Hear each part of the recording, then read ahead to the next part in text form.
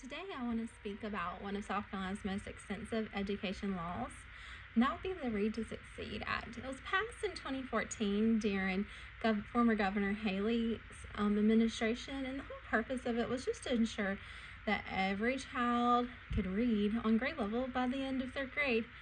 But looking at the data over the last decade, South Carolina unfortunately is still one of the lowest performing states in the nation. In fact, this year we ranked 43rd in the nation. There were some revisions made and passed in 2024, I think, to kind of combat this. And so today we're going to discuss some different main points of the legislation. We're going to cover the professional development, the reading for reading coaches, and the summer reading camp, because these major points come at a pretty hefty cost.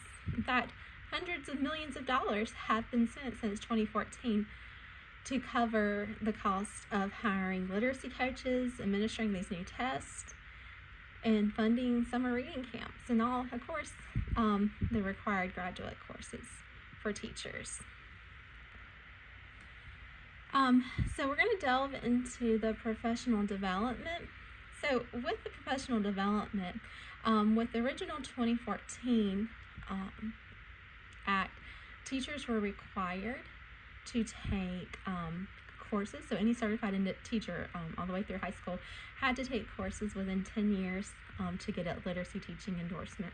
The coursework, of course, could be used for license renewals and things of that nature, but they had up to 10 years or 2 renewal periods to complete this.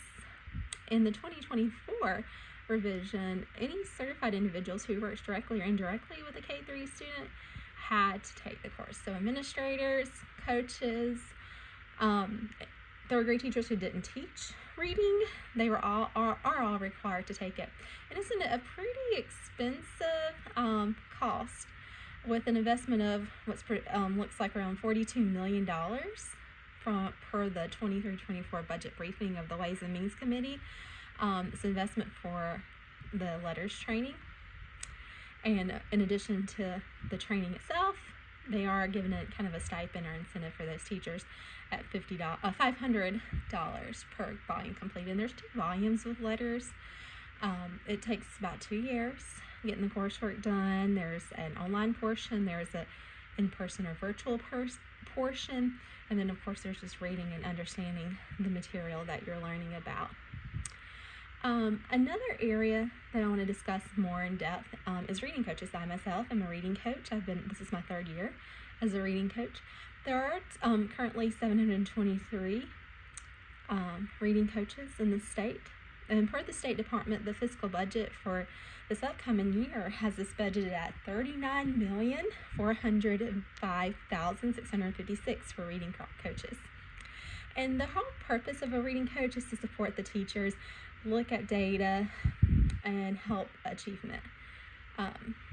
Per the Reading Coach report of this past year, a core component of the Read to Succeed Act is the inclusion of school-based reading literacy coaches.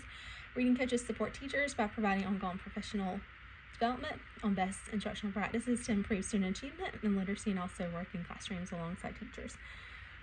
And so with that, if we were not to have reading coaches, of course, there would be 723 jobs, lost. They could go back into the classroom because there is quite a need for teachers across the state. They may try to go into administration or something of that nature, but it really does, without the coaches, it puts a lot more back onto the principals, and I feel like they are constantly overwhelmed with all the work that they do, especially with curriculums and things of that nature. And so having the coaches, I think, is beneficial, but of course if we didn't, we would of course lose 723 jobs. In particular, when it relates to me, in the South Carolina Public Charter School District, and I have the link on my presentation and all, but there are 30 reading coaches, at least this past year there were, across our district, and we had a $1,345,957 that was allocated for that. So again, without that funding, it would affect our districts by a lack of 30 jobs. What could happen to those teachers or those coaches? They might go back into the classroom, choose a different field, or seek opportunities in administration. So that's something to consider as well. All right, another big part of the legislation, which is I feel is the most controversial part of the legislation, is the third grade retention. For myself, my third grade teachers, I taught third grade for 3 years. It's intense. You have meetings with parents. You inform them that their child may not pass. They want to know why. What are you doing to help their child? It's intense. Each year I have upwards of about 25 meetings, at least 25 to 30. I try to meet with them in person or virtually if they prefer, to discuss that. And then of course we're giving them progress along the way. We're progress monitoring them. We're showing what we're doing. I've required lap folders. Those are no longer required per the 24 revision, but I feel that they're very essential to kind of tracking the child so they don't get lost along the way and not noticed before third grade. But anyway, if a student in third grade, again, the 2024 revision, if they're in the does not meet category at all, 2014 until this past year, if they scored in the does not meet one category, they faced retention and there was exemptions. There was summer reading camp. Now anyone in the does not meet category faces the possibility of retention. And with that being said, there are different exemptions. Some have been removed, but multilingual learners with less than 2 years, IEPs, 504s with reading goals and things of that nature are exempt. Attending the summer reading camp and making progress, that's a big part of it. Progress, to show that they're doing well, is a huge part of it. Those are quite important. With the 2024 revision, starting this upcoming school year, first grade is going to be required, so those who are projected not to be at grade level have the possibility of attending summer reading camp. And the 25, and then in 26-27, that would be second grade. So again, within the next 2 years, you're going to have first through third grade attending summer reading camps.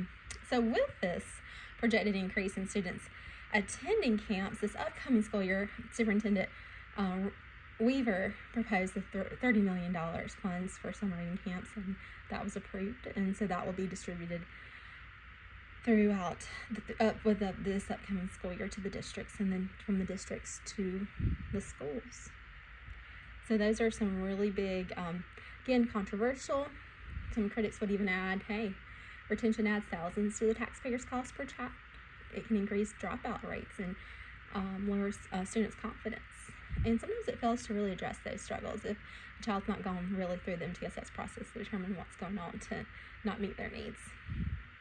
And the last part I really want to discuss is the importance with having to comply with this act. Many school districts are really kind of focused in and now presenting like uniform literacy programs, curriculum requirements, and pretty much in an intensive phonics-based instruction, which again, phonics highly important, especially kindergarten through second. You need to know those phonics and phonemic awareness skills and all. But in addition to that, we really need to expose children to rich text so that children can have the opportunity to talk about what they read, to write about what they read, to make connections, to feel something about what they've read. And so unfortunately, one of the side effects of the intensive Read to Succeed law is that too many schools have turned almost into test prep centers. Teaching third grade for 3 years, I remember January, it was intense. I mean, we prepped them, we got them ready, but in January, you really focus in, making sure, is there anyone with your progress monitoring that's really behind? What can you do to kind of close that gap so that they're not facing retention? Because teachers are feeling the pressure. Third grade teachers, I mean, you go through a good many of those. Our school, we've had new third grade teachers almost the last couple of years. My focus this past year and this upcoming year, to really like stand beside the teachers, help them, guide them. I lead the meetings with the parents so that we have kind of that guide, so they're not having to conduct the meeting. They're there to assist, to answer questions, but just anything to help them, because parents, teachers, it's all connected. We all work together to serve that child, and all three are connected and are on edge, and it's a lot of stress on these children. It's too much. It's just not appropriate, I feel. But regardless, with the 2024 adjustments to the 2014 Act, I think South Carolina is really trying to make some changes. I know Mississippi made a lot of changes in the last decade. They went from being the 48th to the 16th in the nation.